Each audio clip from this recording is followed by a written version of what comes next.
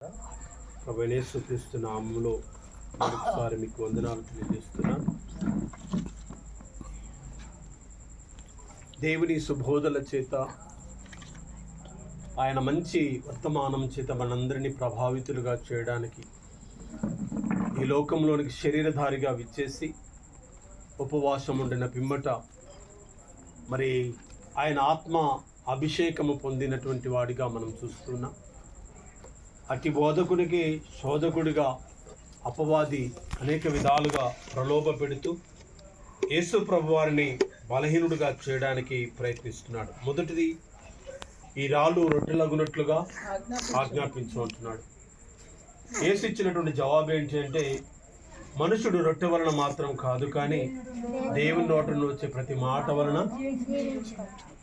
రెండవసారి అది ఎత్తైనటువంటి శిఖరమునకు యేసు స్వామిని తీసుకొని వెళ్ళి ఇక్కడ నుంచి దూకు అని జ్ఞాపకం చేస్తున్నాడు. అప్పుడు యేసయ్య వారి దానికి ఇచ్చినటువంటి అపవాదికి ఇచ్చినటువంటి జవాబు, నీ పాదము ఆయన నిన్ను గూర్చి తన దూతలకు ఆజ్ఞాపించు, నీ పాదములకు రాయి తగలకుండా మరి ఆయన దూతలకు ఆజ్ఞాపిస్తాడట. ఈ లోకంలో మనం ఎన్నో విధాలుగా అప్పుడప్పుడు పడిపోతూ ఉంటాం, కానీ పూర్తిగా పడిపోనీయకుండా ఆయన దూతలకు ఆజ్ఞాపించి మనల్ని కాపాడుతూ ఉంటాడు. జాగ్రత్త ప్రియమైన దేవుని బిడ్డలారా, భయంకరమైన దినాల్లో మనం ఉంటూ ఉన్నాం. ఈ లోక సంబంధమైనటువంటి అపవాది అనేక సందర్భాల్లో, అనేక సమయాల్లో మనకున్నటువంటి ఖ్యాతిని, మనకున్నటువంటి మంచి పేరును పడగొట్టడానికి, మనకున్నటువంటి విశ్వాస జీవితాన్ని భ్రష్టు పట్టించడానికి అపవాది మన వెంట ఆడుతూ ఉంటాడు. ఎన్నో లాభాలను చూపిస్తాడు, క్షణకాలపు సుఖాలను చూపిస్తాడు. వాటన్నిటికీ మనము బలహీనులమైనప్పుడు దేవునికి దూరం చేస్తాడు. ప్రియమైన దేవుని బిడ్డలారా, ఈ లోకంలో ఉన్నవేమీ శాశ్వతమైనవి కావు అని మనం పదే పదే జ్ఞాపకం చేసుకుంటున్నాం.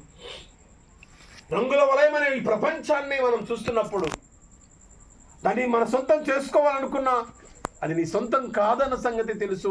సొంతం చేసుకున్నా అది శాశ్వతమైంది కాదని కూడా మనకి తెలుసు. అయినా మనిషి ఏం చేస్తున్నాడంటే, అపవాది చూపించే ఈ రంగుల ప్రపంచంలో మనిషి బలహీనుడైపోతున్నాడు, వాటికి బానిస అయిపోతున్నాడు. దేవునికి చెందవలసినటువంటి కుమారుడిగా ఉండవలసిన మనం, దేవుని కుమార్తెగా ఉండవలసినటువంటి మనం, దేవుని పిల్లలుగా ఉండవలసినటువంటి అధికారాన్ని ఇచ్చినటువంటి దేవుడు, ఆ అధికారాన్ని మనం కోల్పోతూ ఉన్నాం. ప్రియమైన దేవుని పిల్లరా, పదే పదే మీకు జ్ఞాపకం చేస్తుంటాను, 2 పడవల మీద మనం ఎప్పుడు ప్రయాణము, అది ఘోరం కదా. 2 పడవల మీద ప్రయాణం ఎప్పుడైనా ప్రమాదమే. ఒకటి విశ్వాసిగా ఉండాలి, లేకపోతే అవిశ్వాసిగా మనము జీవించాలి. విశ్వాసం అనే పడవలో ఒక కాలు, అవిశ్వాసం అనే పడవలో మరొక కాలు వేసుకొని ప్రయాణం చేస్తే అలలు వస్తాయి, శ్రమలు వస్తాయి, కష్టాలు వస్తాయి, ఆ మధ్యలో శోధనలు ఎదురవుతాయి. మనం ఆ మధ్యలో పడిపోయినప్పుడు మనం లేవనెత్తేవాడు ఎవడు?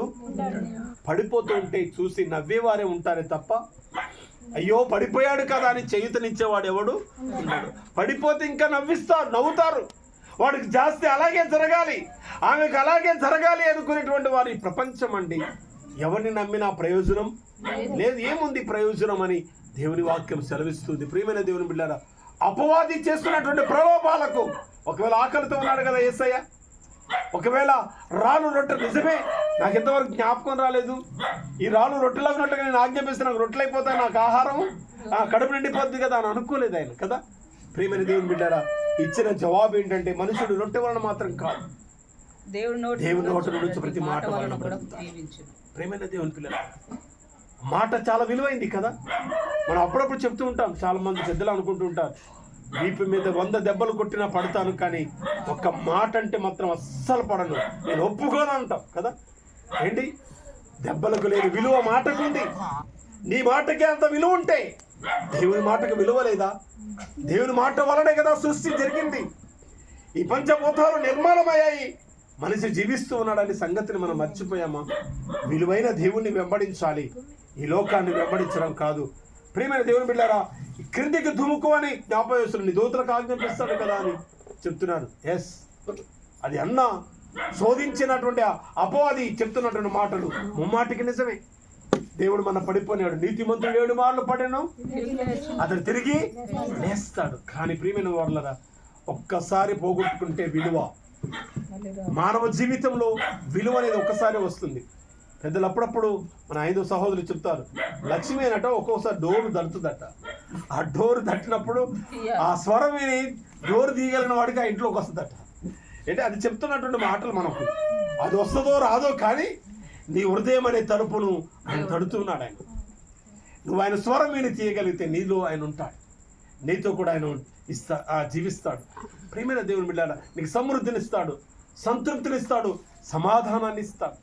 మనం ఒక్కసారి మానవ జీవితంలో ఓడిపోవడం మొదలు పెడితే మళ్ళీ మనం ఎన్నిసార్లు గెలవాలనుకున్న ఓటమినే చూస్తుంది లోకం, కానీ విజయం వైపు చూడదు కదా. విజయం వైపు చూడదు.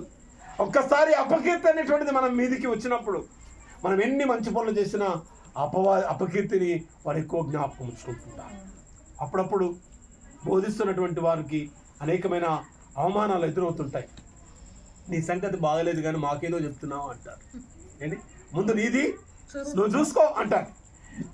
ఒక్క సంగతి ఏమిని మనం జ్ఞాపకం చేసుకోవాలి, ఒకవేళ వాడి జీవితం బాగులేకపోతే నో ప్రాబ్లం, నీకేం నష్టం లేదు. కానీ వాడు చెప్పే మాటలు మంచివైతే అవి స్వీకరించకపోతే నష్టం ఎవరికి? బోధించిన వాడికి కాదు, విన్నవాడికి కదా. ప్రియమైన దేవుని పిల్లలారా, దేవుని మాటల చేత ఆదరించబడ్డానికి మనం ప్రయత్నం చేస్తూ ఉన్నాం. ఎంతో అద్భుతమైనటువంటి ఈ శోధకుడు, అపవాది అయినటువంటి శోధకుడు బోధకుడిని శోధిస్తూ ఉన్నాడు.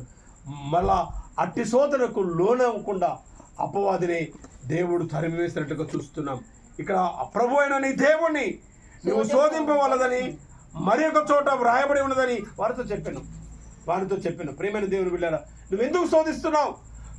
దేవుని కుమారుని శోధించకూడదు అనే సంగతి నీకు తెలియదా? ఏంటి, శోధించినటువంటి ఫరో, ఏంటి, దేవుని నామానికే ధిక్కరించినటువంటి ఫరోను ఏం చేస్తాడు? దేవుడు ఏం చేశాడండి? 10 తెగుళ్ళు ఆ పట్టణం మీదకి, ఐగుప్తు దేశం మీదకి తీసుకొచ్చాడు. ఏంటి, తులసూలు పిల్లలందరినీ చంపేస్తాడు. ఏంటి, ఈగలను పంపించాడు. ఏంటి, అనేకమైనటువంటి కప్పలను పంపించాడు. చీకటిని, ఏంటి, అనేకమైన 10 తెగుళ్లను వారి యొక్క దేశమంతా కూడా అంధకారం అయిపోయింది. ప్రియమైన దేవుని బిడ్డలారా, దేవునికి తిరగబడిన ఏ వ్యక్తి భూలోకంలో బాగుపడినట్లేదు. ప్రియమైన దేవుని బిడ్డలారా, దేవునికి లోబడిన వ్యక్తి ఆశీర్వదించబడినట్టుగా మనం చూస్తున్నాం. అట్టి గొప్ప ఆదరణ కలిగినటువంటి కుటుంబంగా, మరి ఆశీర్వదించబడడానికి అర్హమైన పాత్రలుగా మరి బెంజమిన్ గారిని విజయమ్మను దేవుడు ఆశీర్వదించాలని, దేవుడు వారి కుటుంబంలో ఒక నూతనమైన కార్యాన్ని దేవుడు తలంచి అది ప్రారంభించాడు, కొనసాగిస్తూ ఉన్నాడు. మరి వారి కుమార్తె బ్లెస్సైన విషయంలో వివాహ కార్యం జరగడానికి దేవుడు కృప చూపించాడు. జరిగే ఆ వివాహ కార్యంలో దేవుడు తన కార్యాన్ని జరిగించి అద్భుతమైన మేలులతో వారి కుటుంబాన్ని సంతృప్తి పరచాలని ఆశిస్తున్నాను. అందుకు అవసరమైన ఆర్థిక వనరులను కూడా దేవుడు సమకూర్చి అనేకుల చేత అభినందనీయమైనటువంటి కార్యాన్ని దేవుడు జరిగించును గాక. తనలోంచి ప్రార్థన చేసుకున్నాను. కృపా కనికరముల తండ్రి, పరిశుద్ధమైన దేవా, ఈ రాత్రికాల సమయంలో నీ పిల్లలం ఒక్కొక్క కుటుంబంలో అయ్యా, మరి మేము వారి కుటుంబంలో నీ సువార్తను ప్రకటిస్తూ వస్తున్నాం. అయ్యా, వారు విన్నారో వినలేదు మాకు తెలియదు, కానీ తండ్రి మా పాద ధూళినైతే మేము దులిపి వస్తున్నాం. ఆ ధూళే వారికి సాక్ష్యంగా మీరు ఉంచమని ప్రార్థిస్తున్నాం. ఏదో ఒక రోజు ఆ మాటలు వారి గృహంలో విత్తబడిన నీ వాక్యము నిరంతరంగా ఫలించుటకు కృప దయచేయమని ప్రార్థిస్తున్నాం. ఈ రోజుకు ఈ చివరి గృహంలోనికి మేము వచ్చాం. అయ్యా, నీ సువార్తను మోసుకుని వచ్చాం, నీ మంచి మాటలను మోసుకుని వచ్చాం. నీ యొక్క సత్య సువార్తని ఈ గృహంలో బోధించే అయ్యా మేము తిరిగి వెళ్ళడానికి సిద్ధంగా ఉన్నాం. అయ్యా, విత్తబడిన వాక్యము వారి హృదయం అనే పలక మీద రాసుకొని దాని ద్వారా వారి జీవితాలను సరిచేసుకోవడానికి, వారి కుటుంబాన్ని అభివృద్ధి పరచుకోవడానికి, నీ ఆశీర్వాదం పొందడానికి అర్హమైన పాత్రలుగా మీరు చేయండి. ఈ కుటుంబంలో జరిగే శుభకార్యం, పరిశుద్ధమైన వివాహ కార్యంలో కూడా మీరు తోడుగా ఉండి అయ్యా, వధువులకు సిద్ధపడుతున్న బిడ్డల్లో కూడా మీరు దీవించమని యేసు నామమును బట్టి ప్రార్థించి వేడుకుంటున్నాను తండ్రి, ఆమేన్. పరలోకమందున్న మా తండ్రి, నీ నామం పరిశుద్ధపరచబడును గాక, నీ రాజ్యం మాకు వచ్చును గాక, నీ చిత్తము పరలోకమందు నెరవేరును గాక. మా దినాహారం నేడు మాకు దయచేయము, మా ఇంట్లో అపరాధములు చేసిన వాడిని క్షమించిన ప్రకారం అపరాధం క్షమించుము, మమ్మల్ని శోధనతే కాదు దృష్టి తప్పించుము. ఎందుకనగా రాజ్యము, శక్తి, మహిమ నిరంతరం నీవైనవు తండ్రి, ఆమేన్. మన ప్రభువును ప్రియరక్షకుడైన యేసుక్రీస్తు ప్రభువు వారి యొక్క కృప, తండ్రి అయినటువంటి దేవుని ప్రేమ, పరిశుద్ధాత్మల సన్నిధి, సహవాసమైన కాపుదల, సకల దీవెనల సుధాకాలం మీ కుటుంబానికి కూడి వచ్చిన మనకును వారు తలంచిన కార్యములకు తోడైండు కాపాడి దీవించి వర్ధిల్ల చేయునుగాక. నా ప్రాణమా యెహోవాను సన్నిధించుము, నా త్యాగ సమస్తమైన పరిశుద్ధులను సన్నిధించుము. నా ప్రాణమా యెహోవాను సన్నిధించుము, ఆయన చేసిన ఉపకారం దేనిని. ఆమేన్. అందరికీ